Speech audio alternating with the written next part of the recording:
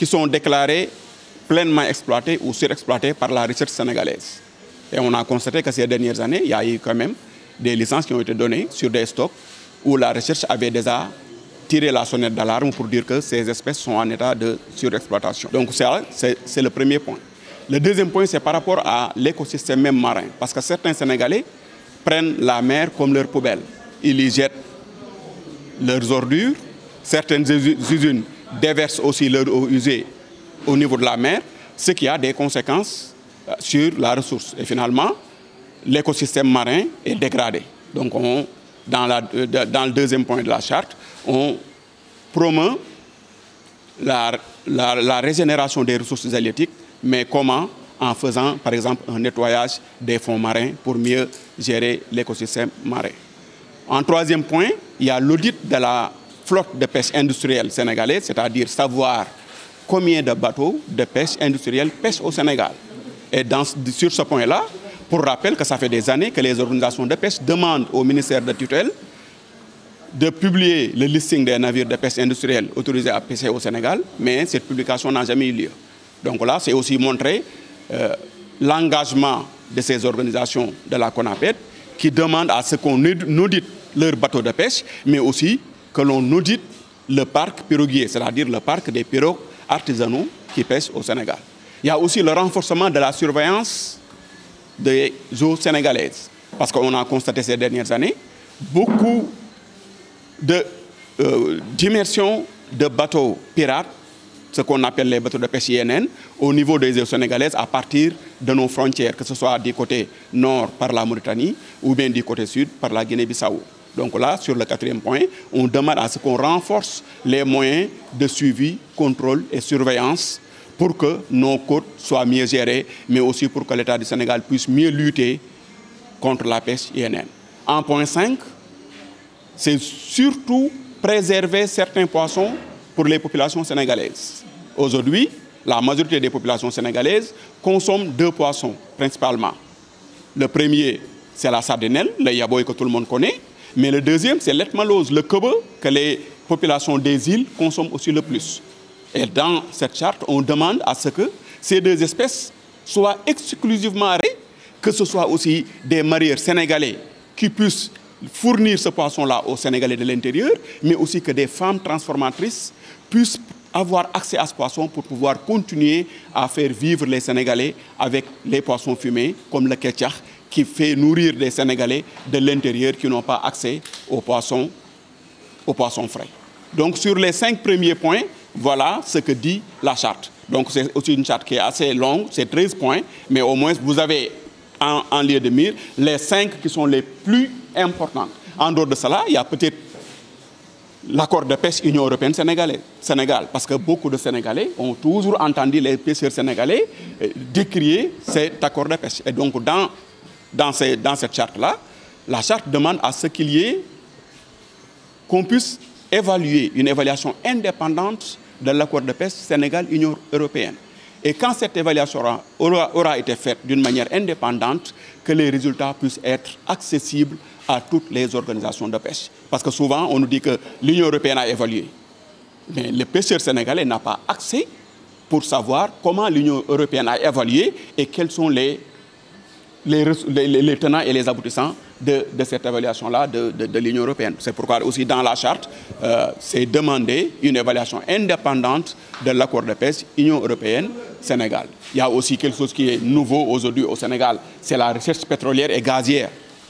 Aujourd'hui, quelles sont les garanties qui sont données aux communautés de pêche que cette exploitation ou cette exploration pétrolière et gazière n'aura pas de conséquences négatives sur les métiers de la pêche? Et s'il y en a demain, on ne le souhaite pas, quelles sont les mesures de mitigation que l'État du Sénégal propose aux communautés de pêche par rapport à ça? Toujours par rapport à ce point, le pétrole a été trouvé en milieu marin. S'il y a des catastrophes en milieu marin, c'est vrai que tout le Sénégal va le ressentir, mais le premier qui va le ressentir, c'est l'acteur de la pêche. Qu'est-ce qui est réservé dans ces fonds pour que si de tels cas arrivent, qu'est-ce qui sera donné à ces communautés de pêche à la base? Voilà, entre autres, les quelques points qui sont au niveau de la charte pour une pêche durable.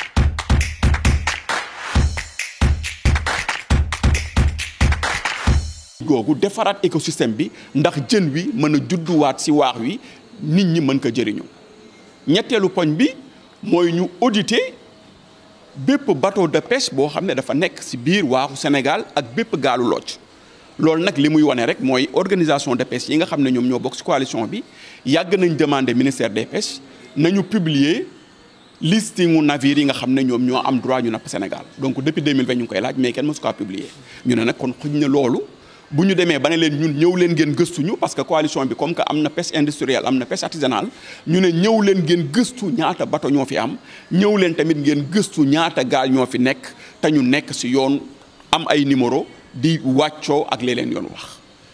ñeenteel poñ bi moo jëm ci wàllu surveillance ñu gis ne seetlu nañ ne ci at yi passé bëri na ay bateau yoo xam ne amuñu këyit pour napp Sénégal. dugg nañ ci waaxu Sénégal jaar ci frontières yi moo xam Mauritanie lañ jaar moo xam Guinée Bissau la ñu jaar dugg fii napp jël jënu Sénégal yàqal fi ay mool dem seen yoon te mujjul fenn ñu ne kon war nañu dooleel ñooñu nga xam ne ñoom ñoo war a ottu géeju Sénégal gi ba gis gi ñu mel noonu ñu doon gis ay bateau di fi dugg di def li ñu tuddee pêche INN loolu mën a dakk parce que bu nekkee am nañ moyens yu ñu ko xeexee loolu waratul mën a am Sénégal.